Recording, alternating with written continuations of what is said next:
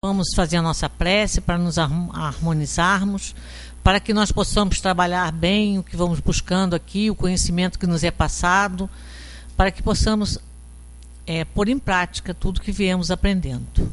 Que Deus continue a nos auxiliar, que nós tenhamos sempre boa vontade e interesse por aprender, e que nossos anjos amigos estejam sempre conosco ao nos auxiliar nos momentos de dificuldade, para que nós possamos fazer sempre as boas escolhas.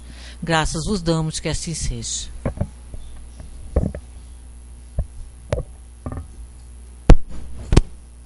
Boa tarde a todos. Vamos para a nossa reunião de esclarecendo dúvidas. A gente fala isso e acaba, às vezes, complicando mais do que esclarece, né? Dependendo do assunto que a gente vai abordar. Bem, todos já conhecem essa reunião, mas para quem está vindo pela primeira vez, é uma reunião que nós fazemos toda a última terça, última sexta e último domingo de cada mês, sem trazer um tema pré-estabelecido, né? Aqui a gente responde as perguntas que as pessoas fazem com as suas dúvidas, as pessoas que querem esclarecimentos a respeito de algum assunto, então a gente reserva essa reunião para isso. Então nós já vamos começar. Na hora que eu já estava entrando, já recebi uma e vamos a ela.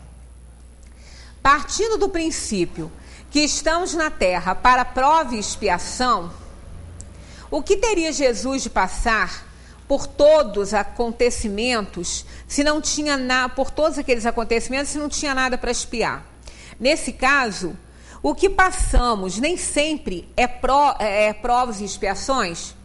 Olha, nós estamos num plano, num mundo, num planeta de provação e expiação.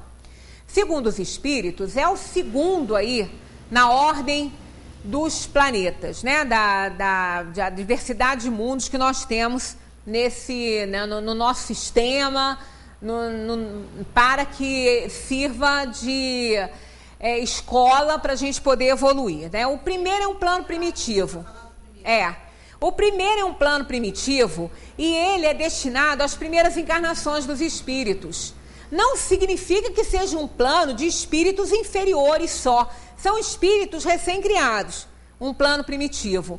E agora, ali, né, o princípio espiritual recém-saído do mundo da inteligência inferior, que seria do reino dos animais, né, passou por muitos reinos, passou por muitos mundos ainda nesse reino, fez a evolução toda no reino animal, aí foi para as mãos do Criador e foi transformado aquele princípio espiritual num espírito humano.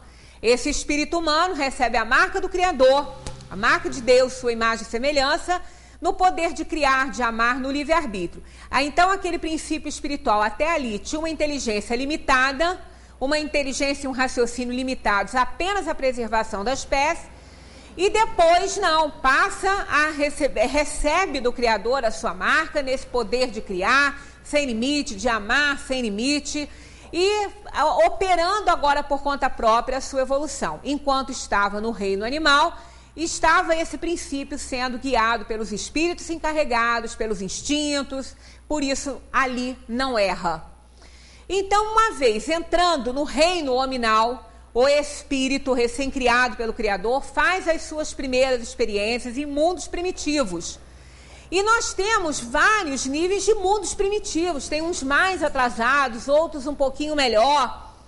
E aí a alma ali, então, entregue não a sua própria sorte, mas entregue a sua liberdade de pensar e de agir, começa então a fazer escolhas dentro dos conhecimentos que vai adquirindo. Primeiro ele aprende as coisas, é o conhecimento intelectual, o desenvolvimento intelectual, para depois fazer o desenvolvimento moral a partir do conhecimento que tem, podendo fazer escolhas mais acertadas. E assim a alma no início, bem no seu início, em planos primitivos, ela ainda é muito guiada pelos instintos. À medida que a inteligência vai se desenvolvendo, o instinto não desaparece, mas vai cedendo espaço à inteligência e ao raciocínio.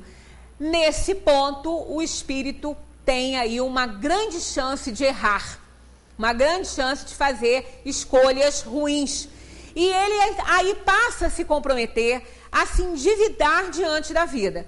E assim ele vai fazendo a sua caminhada nesse plano primitivo, vai acertando, vai errando. Ele não tem necessariamente, não é obrigatório que o espírito passe pela fieira do mal, como já está escrito em O Livro dos Espíritos. Mas ele passa pela da ignorância. E passando pela fieira da ignorância,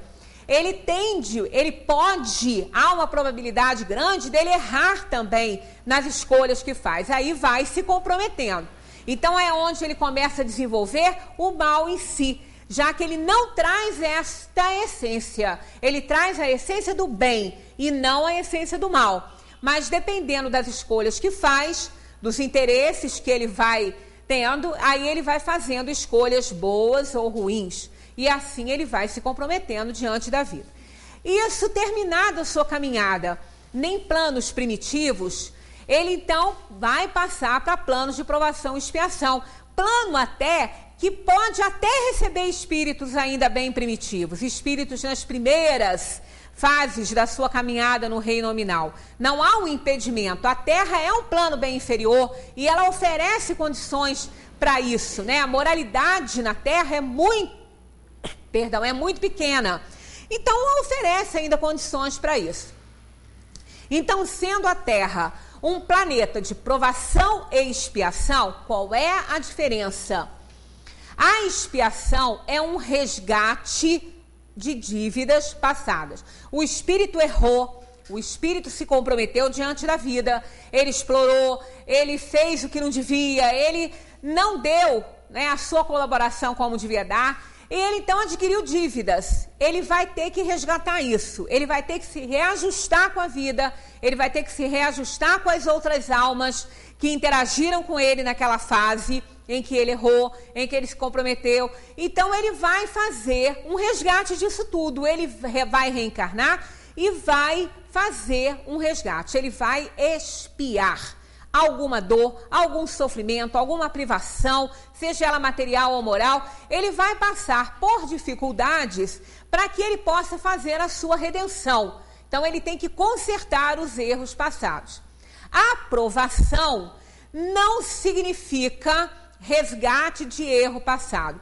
A aprovação, como o próprio nome já fala, ela é uma prova. O espírito aprende na sua caminhada evolutiva, nas involuções da matéria, ele vai adquirindo experiências, ele vai aprendendo, ele vai melhorando, ele vai compreendendo melhor a vida, vai obedecendo mais a lei. E ele então, para que ele possa provar para ele mesmo, porque para Deus não é, porque Deus já sabe. Deus é onisciente, sabe tudo. Mas o espírito tem que provar para ele mesmo que ele já está mais compreensivo, que ele já está mais apto a subir aí, mais um degrauzinho aí na sua caminhada evolutiva. Então ele tem que provar para ele mesmo que ele já pode. Aí ele vem para o mundo para passar algumas dores, sofrimentos, algumas provações que vão dar a ele condições de enfrentar, não é, a si mesmo naquelas situações que se apresentam para ele. Ali ele vai ver, é aquele batismo de fogo, é a hora do testemunho. Ele vai enfrentar a situação difícil e ele vai ver se ele já é capaz de vencer aquela situação pela qual ele escolheu e está passando. Essa é a aprovação. Então a aprovação não é um resgate de um erro. Aí no caso, toda expiação, que é um resgate de erro passado, ela é uma aprovação também. Mas nem toda aprovação é uma expiação. A diferença é essa: a expiação envolve sempre um pagamento de dívida, um resgate, uma redenção, um reajuste. E a aprovação não. A aprovação é apenas para ele provar para ele mesmo que ele já está mais fortalecido, que ele já está mais evoluído. Mas o sofrimento se apresenta muitas vezes igual. A reação ao sofrimento que é muito diferente. Uma alma em expiação, ela muitas vezes se revolta, porque ela é inferior ainda, ela é muito inferior. Ela está resgatando um passado, mas ela não se conforma, mesmo porque há a bênção do esquecimento. Muitas vezes ela nem é reencarnacionista, ela nem entende dessa forma, só quer saber que está passando alguma dor que ela acha que ela não merece. E ela se revolta diante dessa dor. Isso caracteriza muito a expiação. Quando a gente quer fazer assim, também não é muito relevante fazer essa diferença, né, na situação de dor das pessoas. Mas da própria dor, se a gente quiser saber se nós estamos espiando ou provando alguma coisa, basta estudar a si mesmo, estudar a reação que tem diante da dor e do sofrimento que se apresenta para nós. Se a gente se revolta e se acha injustiçado, nós estamos espiando com certeza. Mas se nós entendemos que aquilo ali é um aprendizado, né, que existe uma razão para que a gente esteja passando por aquela situação e que Deus não tem nada a ver com isso, Deus não nos deu sofrimento nenhum, a gente entende que é a lei de causa e efeito, aí é uma aprovação, não é uma expiação. Então a revolta caracteriza muito a alma em expiação. Então no caso de Jesus, que o enfoque da pergunta foi esse, né? Que teria Jesus de passar, né, por todos aqueles sofrimentos, ele não tinha nada para expiar. Bem, nós não sabemos se Jesus não tinha nada para expiar. Na terra, com certeza não. Porque para a terra, ele era perfeito. Jesus era uma alma, é um espírito que governa a terra. Ele foi escolhido para ser aquele mentor da terra, aquele governador da terra, né, que encarregado de guiar todas as almas que aqui aportassem com a sua mensagem de amor, para que elas pudessem evoluir. Tanto que Cristo quer dizer isso, né? Jesus, Cristo, aquele que guia. Então Jesus foi encarregado pelo Criador para esse planeta. Ele foi um encarregado desse. Jesus não é o único filho perfeito de Deus, como se costuma dizer, né, que Deus mandou seu único filho à terra para que o verbo se fizesse carne. Primeiro que essa expressão único filho, se ele fosse o único filho de Deus, nós íamos ser filhos de quem? Ele era nosso irmão, é nosso irmão, é uma alma criada por Deus. Jesus não é Deus, Jesus é uma alma criada por Deus, como todos nós fomos criados, que também fez a sua evolução através das suas escolhas, do seu livre-arbítrio. Se ele passou pela fieira do mal, não sabemos, mas pela da ignorância, ele passou, porque todas as almas passam. Se Deus criasse alguma alma e a isentasse das provações, não vamos nem colocar expiações, que a expiação é o resultado do erro, né? A expiação é o resultado do erro. E como está dito em O Livro dos Espíritos, que uma alma, ela não tem que passar pela fieira do mal, não é necessário que ela passe pela fieira do mal, ela passa pela da ignorância. Então compreende-se disso, que dessa afirmativa, que uma alma pode, desde o seu nascimento, desde a sua criação, ter feito boas escolhas e não ter passado pela fieira do mal, não ter desenvolvido o mal nela. Ela passou pela fieira da ignorância, foi escolhendo, foi aprendendo, foi evoluindo e não passou pelo mal, não conheceu o mal porque não fez escolhas ruins. É possível isso? É.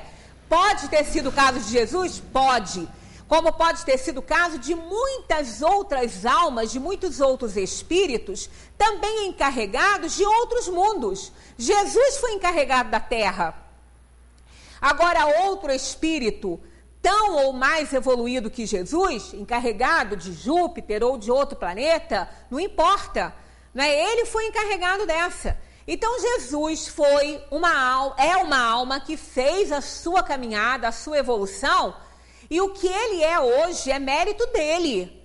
Não foi criado perfeito, não foi criado com todas essas coisas, todos esses dons, não. Isso foi aquisição dele, por esforço dele, que ele foi criado como todos nós. Então não sabemos se a encarnação de Jesus aqui, né? Porque falamos reencarnação, porque Jesus não reencarnou na Terra, ele encarnou. Jesus, quando a Terra foi criada, ele já era perfeito com relação a um mundo como esse nosso. Mas nós não sabemos qual era a relação de perfeição dele com outros mundos muito mais superiores que a Terra.